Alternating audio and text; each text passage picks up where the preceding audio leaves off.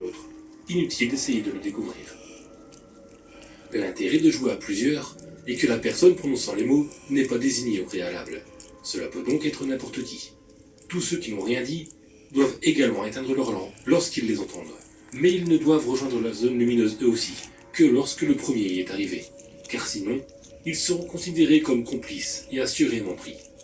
À partir du moment où l'ombre de celui qui a défié le peuple des ombres n'est plus en contact avec aucune autre, ou alors lorsque les 3 premières minutes sont écoulées, là encore un chronomètre a son utilité. Les participants restants disposent de plus ou moins 3 minutes pour rejoindre la zone, le temps que la décision de s'en prendre à eux, par défaut, soit prise. C'est pourquoi le défiant doit impérativement les prévenir le plus vite possible une fois qu'il est arrivé. S'il ne peut pas crier, il peut très bien envoyer un court SMS pour que l'un d'eux se charge de transmettre le message. Cela n'a pas d'importance.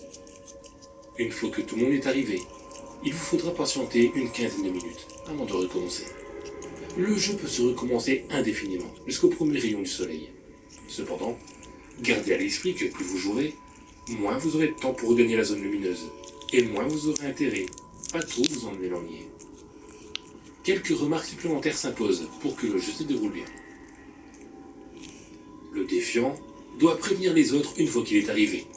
Ce n'est pas vraiment drôle de les laisser dans le noir sans savoir si vous avez réussi ou non, d'autant que vous leur faites perdre un temps précieux dont ils ont plus que besoin.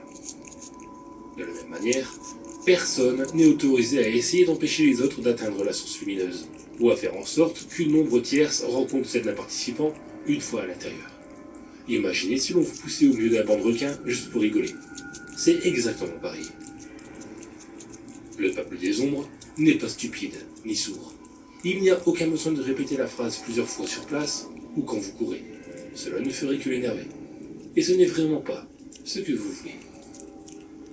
On peut refaire le jeu indéfiniment, en théorie, mais il est dit qu'il n'est pas fait pour dépasser le nombre des coups de minuit, et que ceux qui essayeraient de jouer une 13e fois la nuit même auraient un sort peu enviable.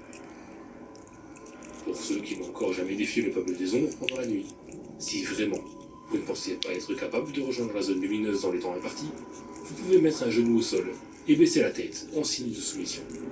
Il est possible que le peuple choisisse de vous épargner, bien que rien ne l'y oblige. Vous ne devez cependant pas vous relever ni rejoindre la zone lumineuse pendant le reste de ce tour, incluant les 15 minutes des autres. Vous ne devez pas non plus défier le peuple des ombres au tour suivant, car ce dernier vous aura à l'œil. Pour ceux qui ont défié au moins une fois le peuple des ombres, il est aussi possible de ne pas être pris. Mais il n'y a aucune garantie que la méthode soit couronnée de succès. Et plus le peuple aura été défié au cours de la soirée, moins il sera enclin à pardonner.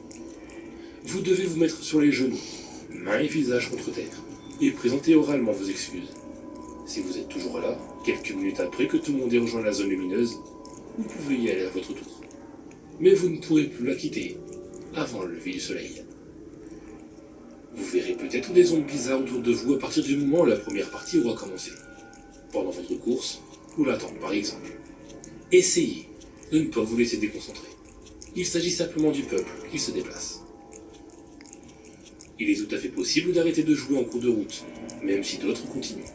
Il suffit alors de ne pas quitter la zone lumineuse en même temps que les participants restants, une fois les 15 minutes d'attente écoulées. D'une manière générale, lorsque l'on arrête le jeu, il faut patienter jusqu'au bout de la dernière phase, et ensuite, tout est terminé.